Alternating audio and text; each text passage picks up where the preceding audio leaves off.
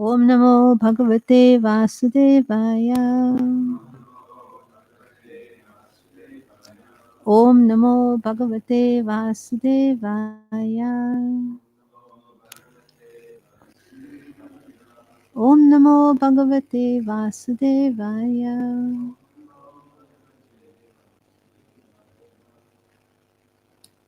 Reading from Srimad Bhagavatam, Canto 7, Chapter 15. Text 58.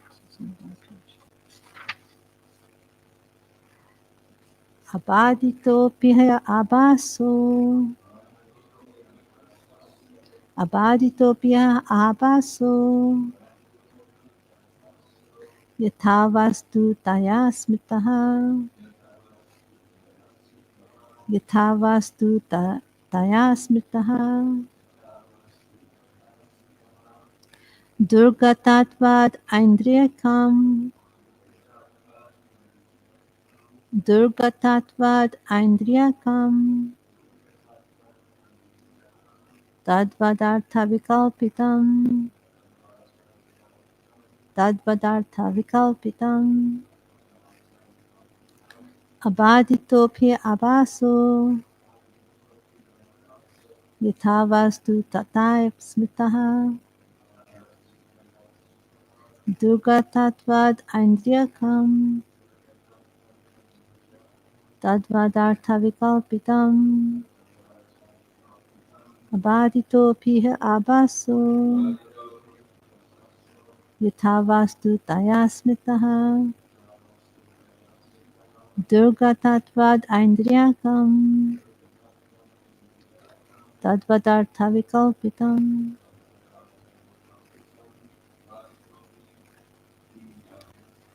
Abaditophi abaso. Yatavastu taya smitaha. Durgatatvad aindriyakam.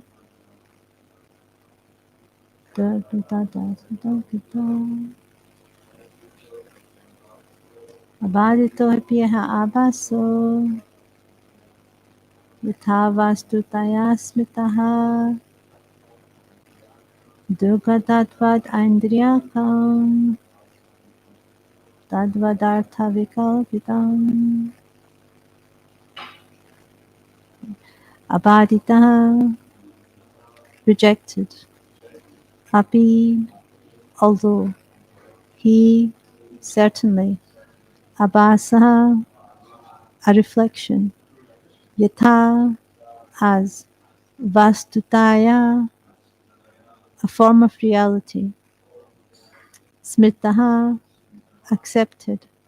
Durgatatvat, because of being very difficult to prove the reality. Aindriyakam, knowledge derived from the senses. Tadvat, similarly. Artha, reality. Vikalpitam, speculated or doubtful. Translation. Although one may consider the reflection of the sun from a mirror to be false, it has its factual existence. Accordingly, to prove by speculative knowledge that there is no reality would be extremely difficult. Please repeat. Although one may consider the reflection of the sun from a mirror to be false, it has its factual existence.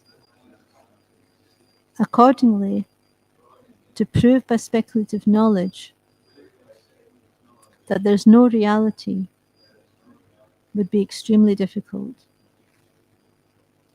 Purport by Srila Prabhupada Ki Jai. The impersonalists try to prove that the varieties in the vision of the empiric philosopher are false. The impersonalist philosophy Vivartavad generally cites the acceptance of a rope to be a snake as an example of this fact. According to this example, the varieties within our vision are just false, just as a rope seen to be a snake is false. The Vaishnavas say, however, that although the idea that this rope is a snake is false, the snake is not false. One has experience of a snake in reality. And therefore he knows that although the representation of the rope as a snake is false or illusory, there is a snake in reality. Similarly, this world, which is full of varieties, is not false. It is a reflection of the reality in the Vaikuntha world, the spiritual world. The reflection of the sun from a mirror is nothing but light within darkness. Thus, although it is not exactly sunlight, without the sunlight, the reflection would be impossible. Similarly, the varieties of this world would be impossible unless there was a real prototype in the spiritual world. The Mayavadi philosopher cannot understand this, but a real philosopher must be convinced that light is not possible at all without a background of sunlight. Thus, the jugglery of words used by the Mayavadi philosopher to prove that this material world is false may amaze inexperienced children. But a man with full knowledge knows perfectly well that there cannot be any existence without Krishna. Therefore, a Vaishnava insists on the platform of somehow or other accepting Krishna. Tasmat kenapya upayena mana Krishne niveshayat. When we raise our unmixed faith to the lotus feet of Krishna, everything is revealed.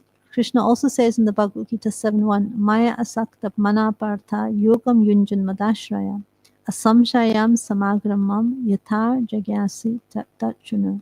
Now hear, O son of Pita Arjuna, how by practicing yoga in full consciousness of me, with mind attached to me, you can know me in full, free from doubt.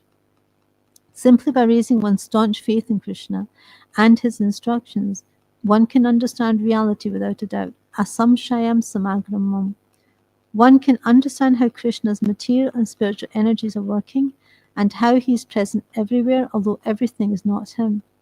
This philosophy of Achinta Bheda Bhed, inconceivable oneness and difference, is the perfect philosophy enunciated by the Vaishnavas. Everything is an emanation from Krishna.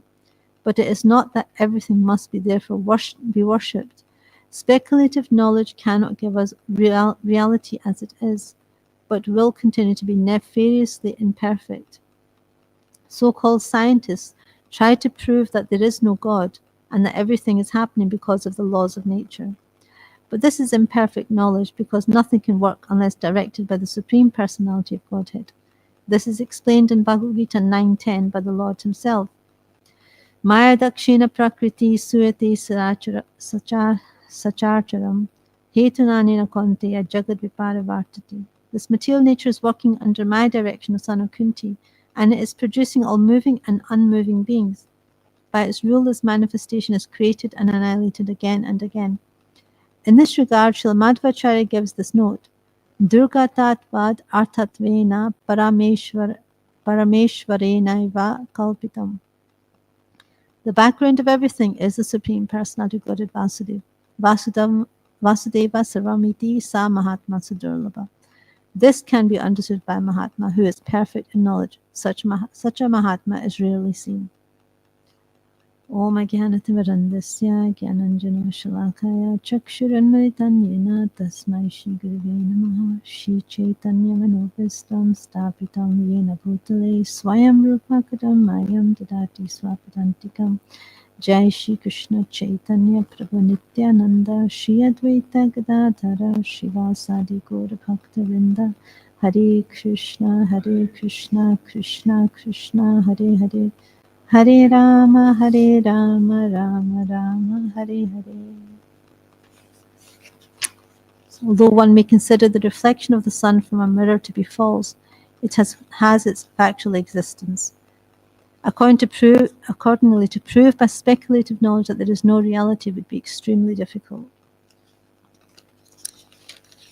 So this is Prabhupada is again really going and really trying to defeat this impersonalistic philosophy of the Mayavadis, that everything is impersonal and that there is no form, that it's all one, and the fact that they think that this material world is false. So Prabhupada, in this verse and purport, there's two analogies describing how the reflection is not it's a reflection of a reality, because unless there is a reality, there can't be a reflection. So the example is the snake and the rope.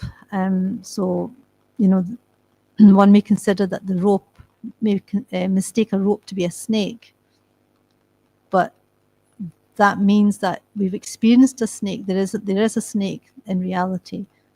Maybe we're making a mistake. We're thinking that this rope is a snake, just like we're thinking this material world is full of is eternal and it's full of bliss, when it's not. It's a reflection of an eternal world which is full of bliss, but in this material world it's actually temporary, and it's not full of bliss and eternal. So in the same way, like with the sun, the other example is the sun. The sun is reflected in a mirror, and then from that we can understand that there is a reality, there is a sun in reality, and it's just reflected in the mirror. Just like when we look in a mirror, it's obvious that there's something that's reflected in the mirror to actually, so it exists, for it to exist. So unless we're standing in front of the mirror, there's not going to be a reflection.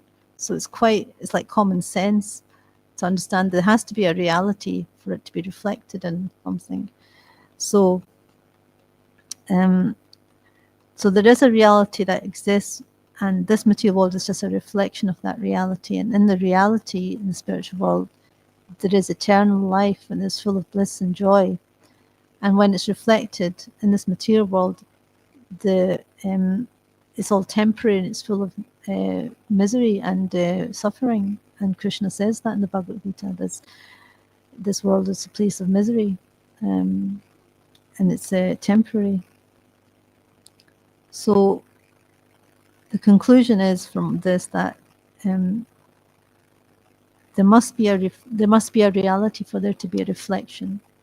And because this material world is a reflection of the spiritual world, it has similar things in it, like relationships with each other. There's grass, there's trees, there's flowers, there's rivers, there's mountains. It's all a reflection of the spiritual world, because there all these things exist, but they're in reality. That's an eternal and spiritual existence. And also the relationships with each other. All these relationships are there in the spiritual world. There's dasi, there's servitorship, there's friendship, there's parenthood, there's conjugal relationships, and they're all there eternally full of bliss. And when they're reflected in this material world, we find that these relationships are just temporary, they don't last, and there's also many types of sufferings in these relationships, and it's not full of bliss. We all experience this from our own experiences through different relationships. So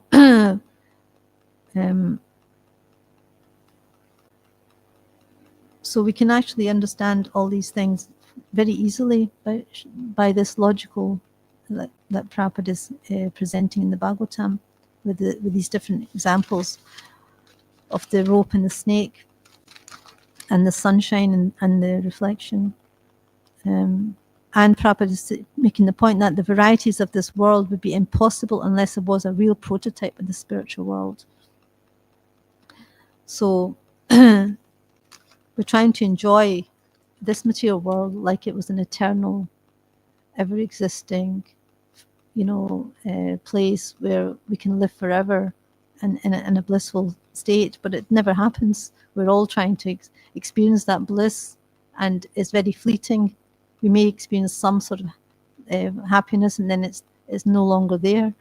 It keeps changing. There's no like constant happiness. There's always happiness and distress, sukha dukkha, in the material world. And but devotees, the impersonalists, try to make that this material world is false, that it's and they use all sorts of jugglery words to make it, to prove this. But Srila Prabhupada, I was listening to a lecture by Srila Prabhupada, and he said, the impersonalists, they're glorifying God as impersonal. So they're saying that, oh, you have no arms, you have no legs, you have no face, you have no eyes, you have no ears.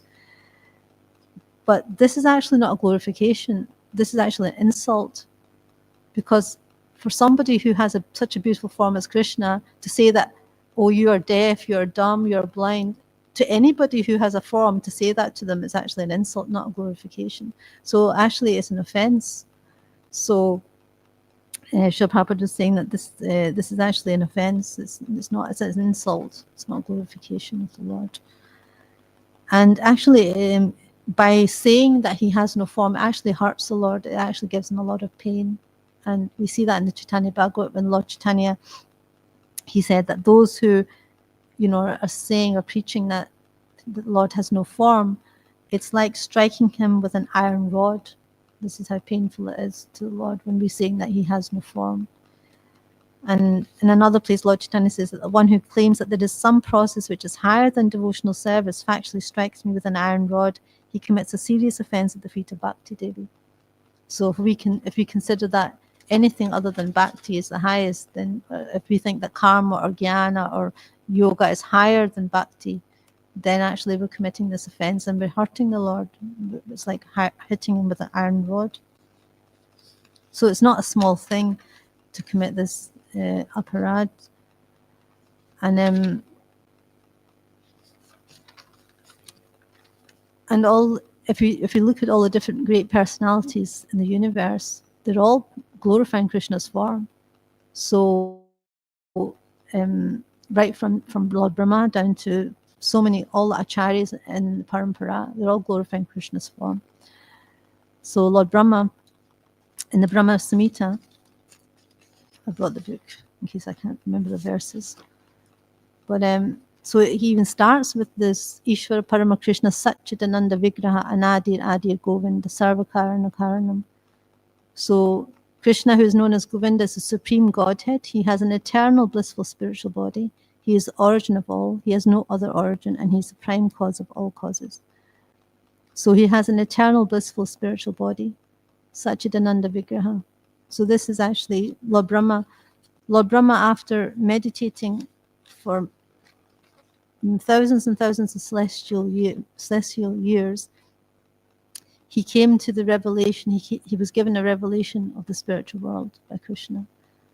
And so he it's a nice verse in the Gopal Upanishad, and it says that after thousands of millions of years, Lord Brahma came to the realization that the transcendental form of the Lord is the form of a cowherd boy who plays a flute.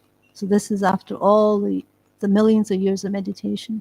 Brahma came to this realization. And that's the realizations, the revelation is in the Brahma Samhita, what Lord Brahma sees. So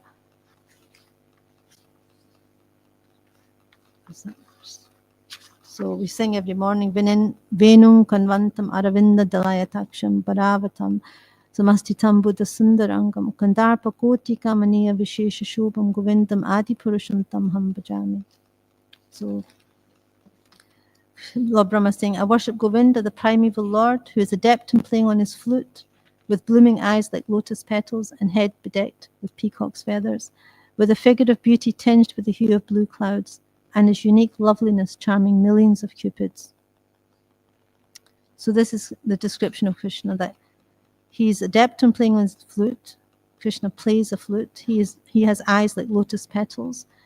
He has a peacock feather on his head. He has got a figure of beauty tinged with the hue of blue clouds, and his unique loveliness charming millions of cupids.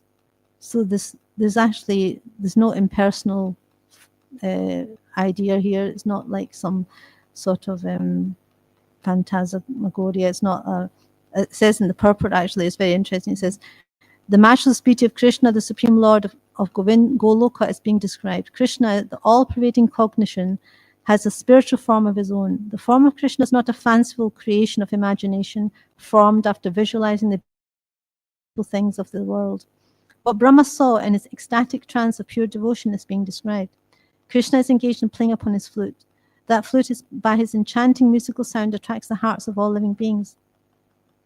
Just as lotus petal produces a pleasant sight, so the two beautiful eyes of Krishna, who causes the manifestation of our spiritual vision, display the unlimited splendor and beauty of his moonlight face. The loveliness that adorns his head with peacock feather figures, the corresponding feature of the spiritual beauty of Krishna, just as a mass of blue clouds offers a specially soothing, pleasant view, the complexion of Krishna is analogously tinged with a spiritual, dark blue color. The beauty and loveliness of Krishna is far more enchanting than that of Cupid multiplied a millionfold. So there's very clear that Krishna has a beautiful form, the color of dark blue rain cloud, and he plays a flute.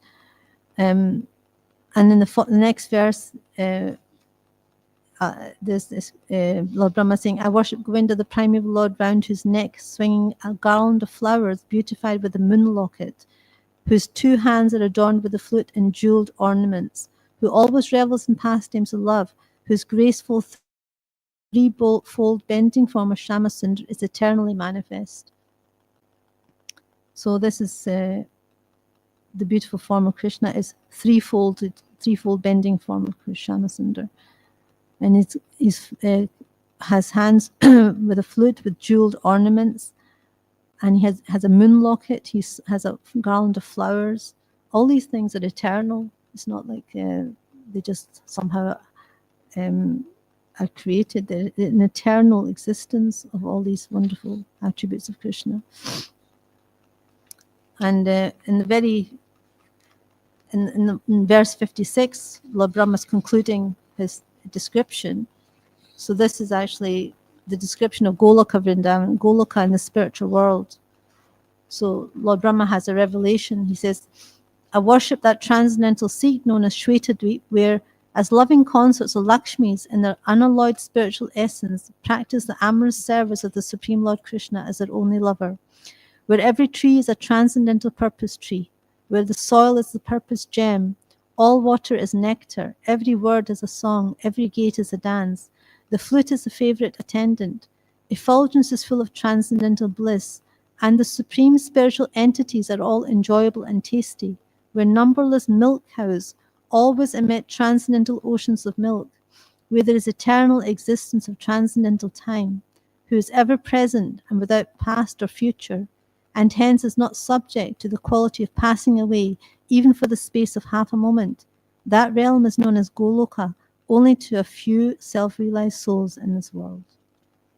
So that's actually the reality. The reality is that there is an existence there where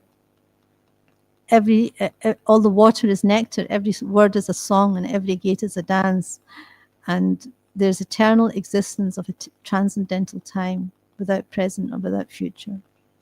Without past or future. It's only ever eternal present, and there's no it's only known to a few self-realized souls in this world, because that revelation can only be through pure bhakti. We can't get that any other way, and not by karma or jnana or yoga. Only through pure devotional service can we get this realization of the spiritual world and also take part in the spiritual world, in the spiritual service. And so these descriptions by Lord Brahma are so unique. And when Lord Chaitanya was traveling through India, he found the temple where they had the few chapters of the Brahma Samhita. There was a lot more, but they only found this much. And so this Lord Chaitanya got a copy of it and took it and distributed it to his devotees, and he was so ecstatic upon receiving the Brahma Samhita. So this is such an important book for us to understand the reality. We only know this material world. We don't know the reality that there is such an existence. So unless we read about these pure revelations, then we're not going to understand. And also Lord Shiva. So Brahma is glorifying Krishna's form, and also Lord Shiva, he's offering prayers to Krishna. In the 4th canto, Lord Shiva emphasizes the importance of worshipping Krishna. And he says, and Lord Shiva is praying to see the beautiful form of Krishna. That form worshipped by the devotees, because only that can perfectly satisfy the demands of the senses. So when he's giving instructions to the prachetas, he's glorifying Krishna's form, and he's praying to see this beautiful form of Krishna. And also in the Bhagavad Gita, Krishna himself is saying to Arjuna, in the chapter 11, after he shows him the universal form and then he shows him his four-handed form, Krishna says that, this form of mine is very difficult to see. It's very, very rare to see this form of mine, very difficult to see this form of mine. Not through yoga, austerities, charities, so studying the Vedas can you see this form. Only by pure devotional service can you see me as I am standing here before you, Arjuna. So this is actually Krishna himself. He's saying that. So how can Krishna have no form? And Krishna himself is saying that this is my form. And Krishna is saying that I am the source of the impersonal Brahman. And everything is resting on Krishna as pearls are strung on a thread. So when we see a pearl of a necklace of pearls, we don't see the thread, we just see the pearls. So we think that, it's magically staying together. But actually the thread is what's keeping it together. And Krishna is actually the thread that's keeping the whole cosmos together. He's keeping everything together. Every atom is in place because Krishna is allowing it to be in place. He's actually arranging it. He's arranging every atom to be in its place. Every planet is in its orbit because Krishna is arranging it. So then for a devotee, he sees everything as Krishna's arrangement. There's nothing that is beyond him. Every little arrangement by Krishna is so perfect and complete. If you look at the flowers, you see these tiny little flowers, they're so perfectly designed that even you can try to draw it. Like, as an artist, we try to draw things. We can't get it perfect as that flower, because it's so perfectly symmetrical, so round, and every petal is in the right place. It's like, how can that have happened by chance? We can't even try. Even with our efforts, we can't make a flower like that. The best they can do is make these artificial plastic flowers that have no scent, have no life, and everything is there. There's millions of lifetimes. And Prabhupada said, even if they were to create an ant, and they can't, but even if they were to create an ant, the scientists could create an ant. He says, what would be the use? He says, there's millions of ants already there. What would be the credit to them? So they don't want to give credit to the Lord who's created everything and who's sustaining everything, but they want credit for creating, so-called things themselves. It doesn't make any logical sense.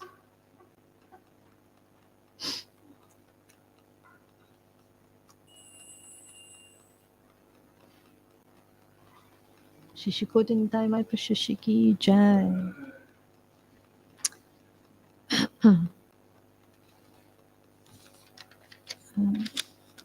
So Krishna says himself that his form is covered by Yoga Maya. So he's got a curtain of Yoga Maya.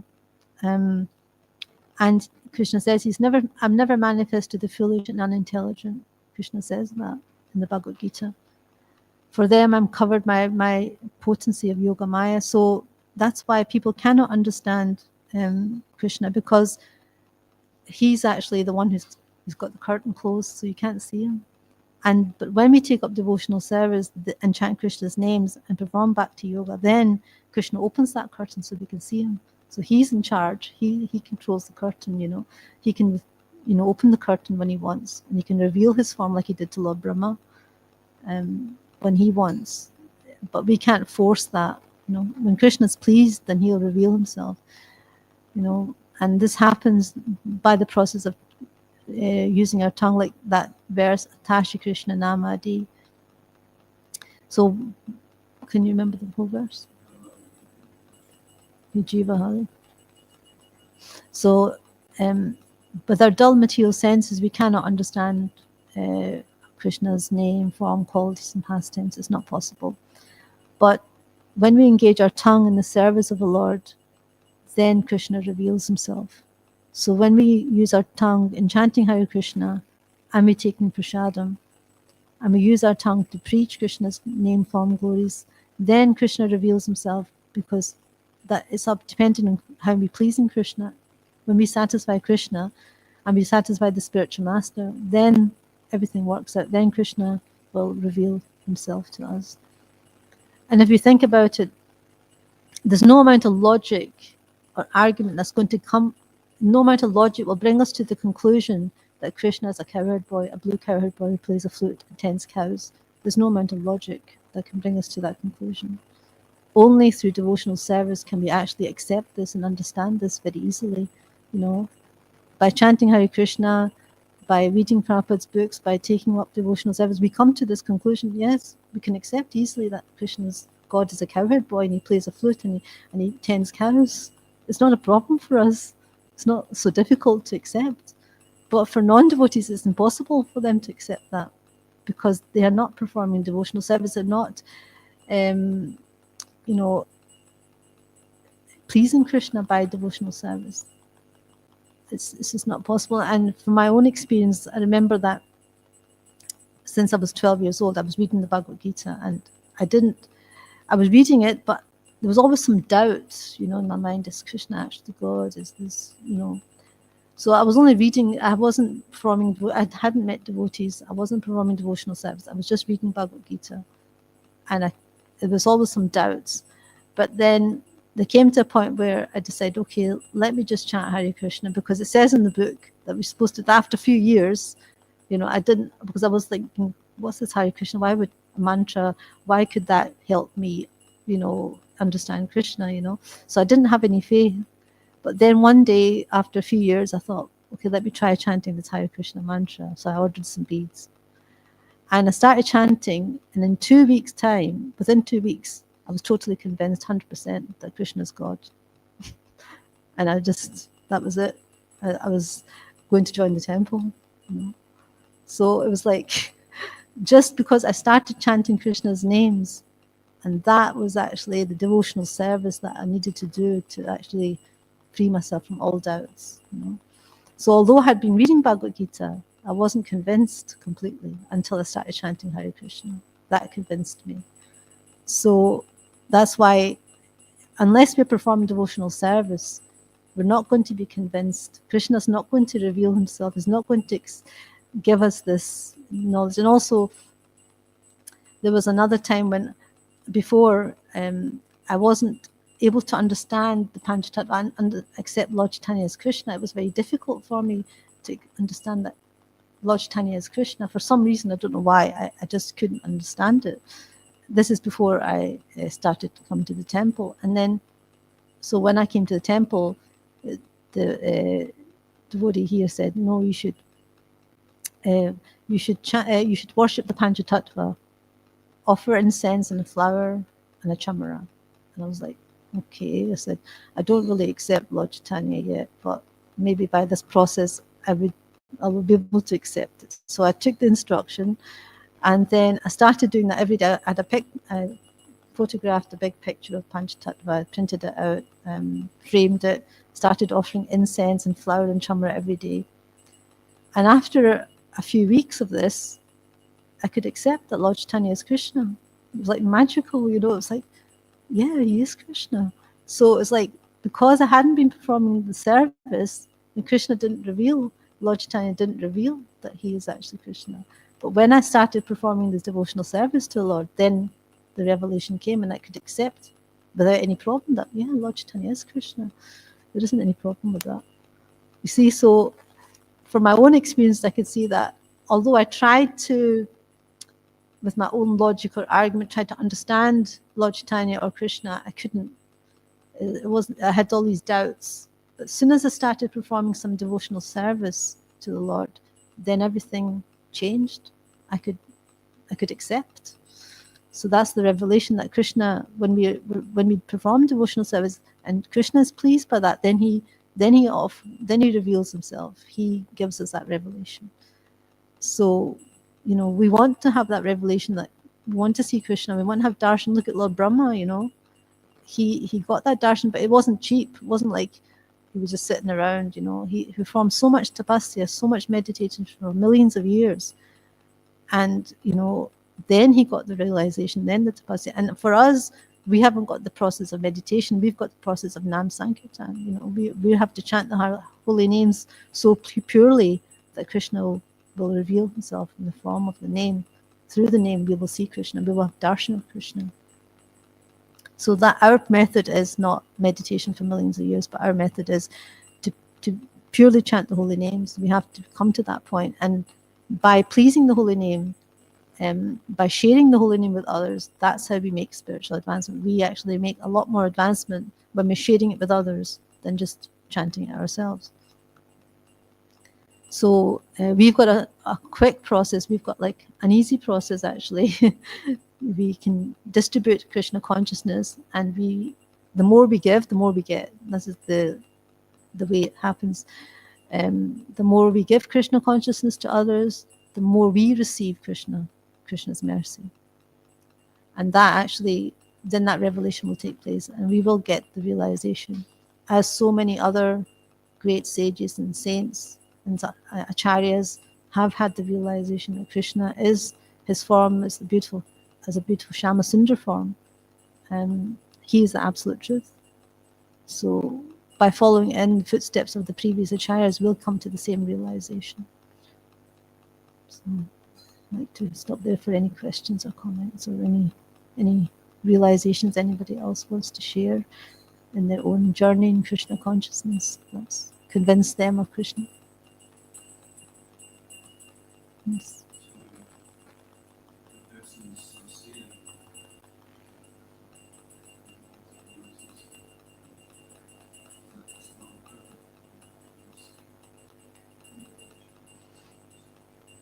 There's no loss and diminution in this process. So even if one performs even 1% Krishna consciousness, it will be eternal benefit. It's never lost. So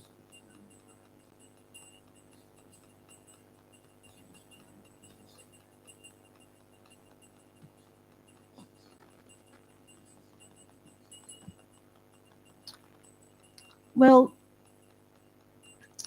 the soul itself is sincere. It's just the material covering that's maybe has material desires or other desires that are blocking him from performing pure devotional service. So, but association of devotees is compulsory, because through that association we can get, like we just read in the Nectar Devotion, that there's two different ways of getting to come to the stage of perfection. One is through sadhana bhakti, and the other is by some special mercy from a pure devotee of Krishna. So, but that's very rare. That's not the general process. But we can see that simply by the blessings of a pure Vaishnava, blessings of Krishna, we can advance far greater than, he can just pick us up from a very low stage of sadhana to a higher. So we are really dependent on blessings of Vaishnavas to progress in spiritual life. That will help us a lot more than our own efforts. Of course, we have to make efforts, but we need all the help we can get. So, because the process is difficult. It's not even for, the process is simple, but but because we are complicated, the process is not so simple. It's simple for the simple.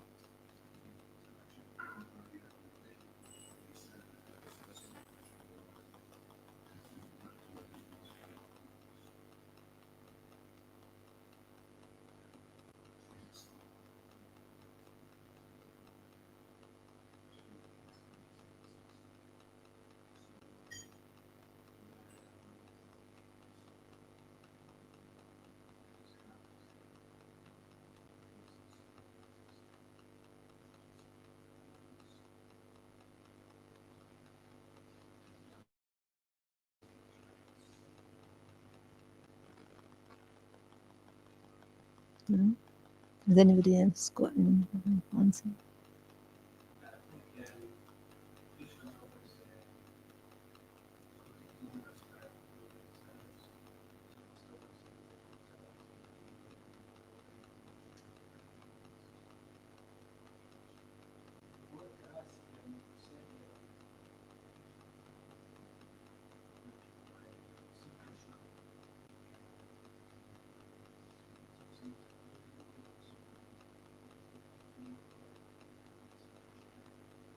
Yeah, we have to chant the pure holy name.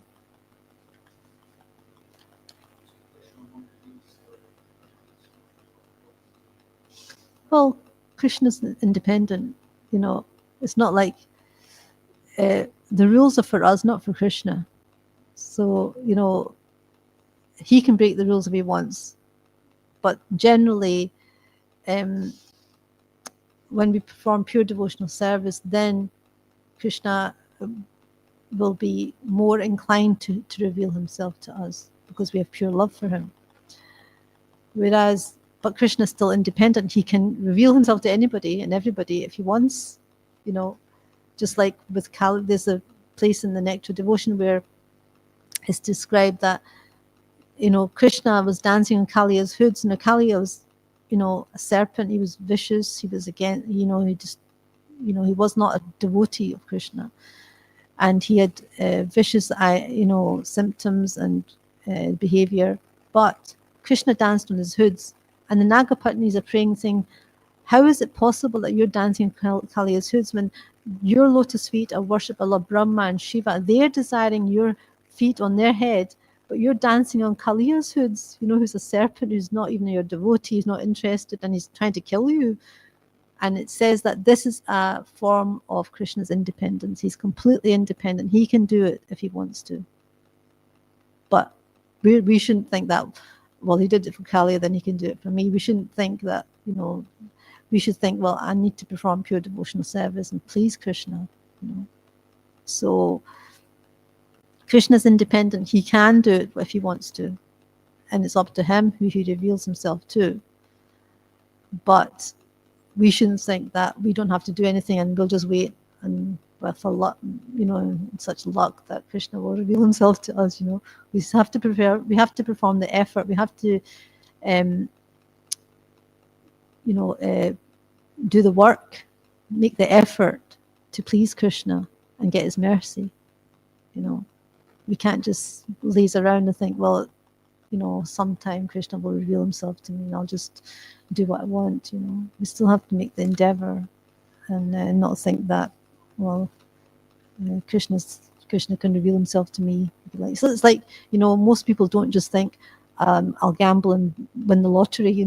Most people work to maintain themselves. They don't think I'll just, it's like winning a lottery. It's gambling that you're going to see Krishna by not doing anything. So we have to make all the effort. Like, Mother Yashoda, she's trying to bind Krishna with all her effort. She's a pure devotee, and Krishna's not letting her bind him. He's making her, she's perspiring and she's working so hard to bind Krishna. And that pastime is there for us to show us that there's always two fingers too short every time. And that is, one finger represents our effort and the other represents Krishna's mercy.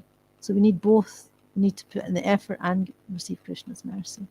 We can't just think that Krishna will just, So he's not easily bound, because Krishna doesn't give pure devotional service very easily.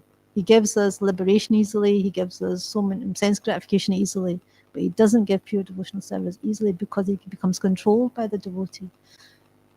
So I remember hearing an analogy that, imagine you're running a shop and you're selling all sorts of goods, and somebody comes and you're selling like so many different items, and the person says, no, but I want you.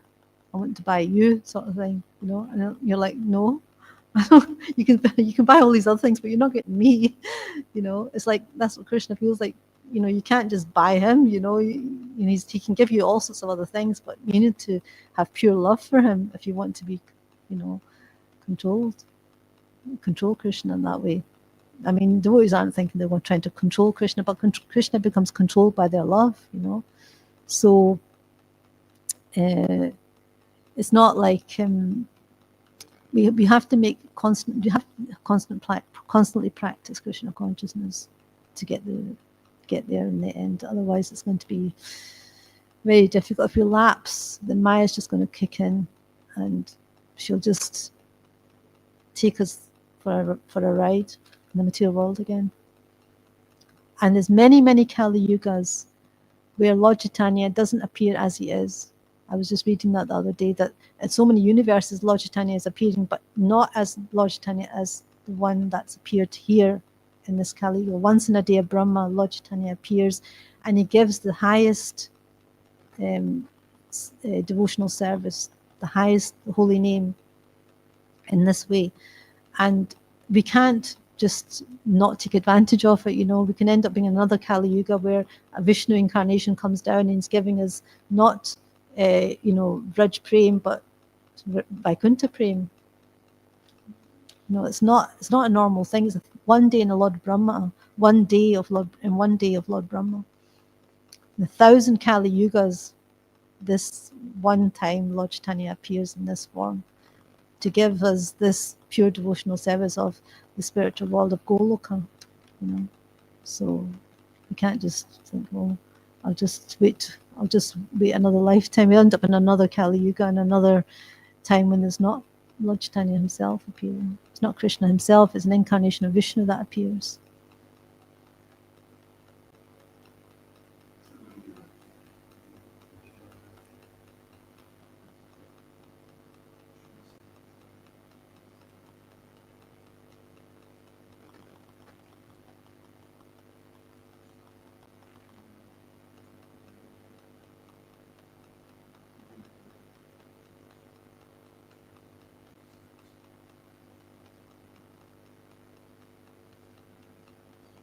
Well, we read it all the time. Like Prahlad Maharaj, we read the Pandavas.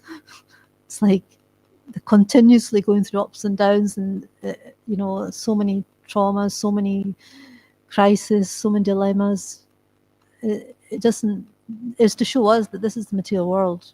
Otherwise we would think, well, they're pure devotees. They don't have to go through any suffering. It's only us, we have to go through suffering. So we won't take it seriously. But when we see how they're going through so much suffering, then we can understand, okay, it's not going to be easy. And they always took shelter of Krishna. So that's what we're supposed to do.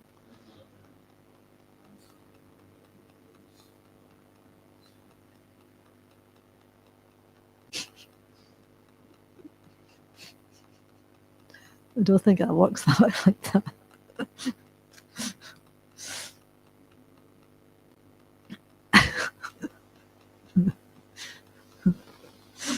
Well, you're going to still suffer in the material world. It's not going to be easy.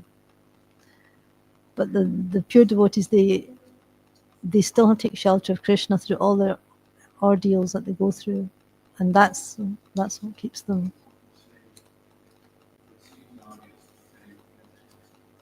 Yeah.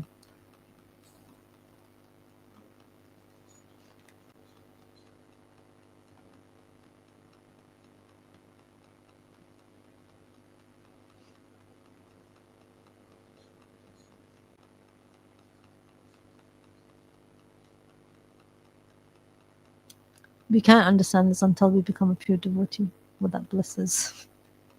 So only pure devotees can understand these things. We think it's some suffering, but actually it's the highest bliss. It's the highest bliss. This bliss of separation is the highest bliss. And so yeah, it's just a different reality. It's not the reality we are experiencing this material world, but the real reality is something else.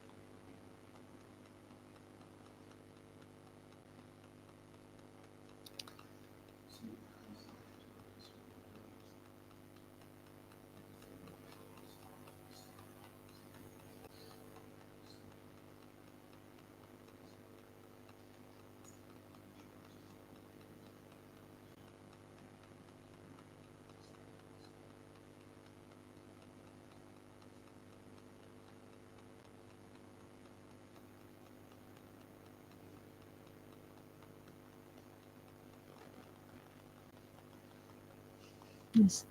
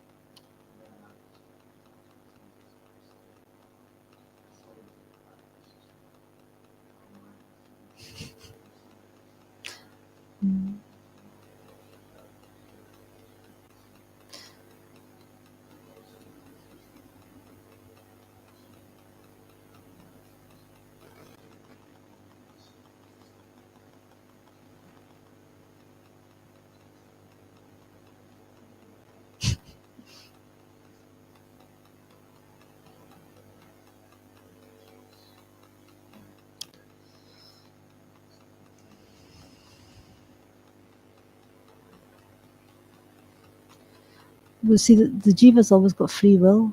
That's the thing. Krishna never takes that away from the jiva. So the jiva's always got free will to choose Krishna or choose Maya. It's like every step of the way, you know. So that's the thing. We have to use our free will in the right way, otherwise we'll go in the wrong direction, you know. And it's quite scary because, you know, it's like there's Maya all around us, and at any stage in our Krishna consciousness, we can end up thinking, okay, I want to enjoy this and stay in the material world again, you know. It's a very dangerous place.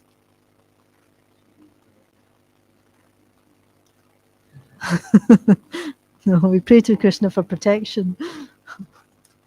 We have to pray for protection. That's what Prabhupada was even praying. You know, he's a pure devotee. He was praying for that.